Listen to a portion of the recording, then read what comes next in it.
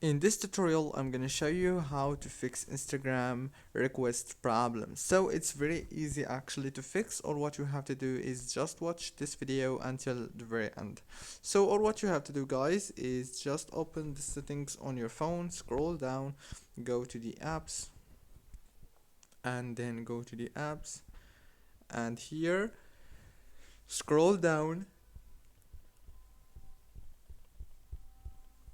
Scroll down, click on Instagram, and then click on the permissions.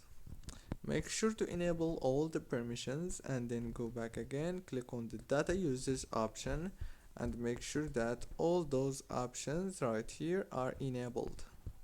After that, go back, click on the force stop option, and now all what you have to do is the last step. It's very optional, but it's very important, and at the same time click on storage and click on clear data.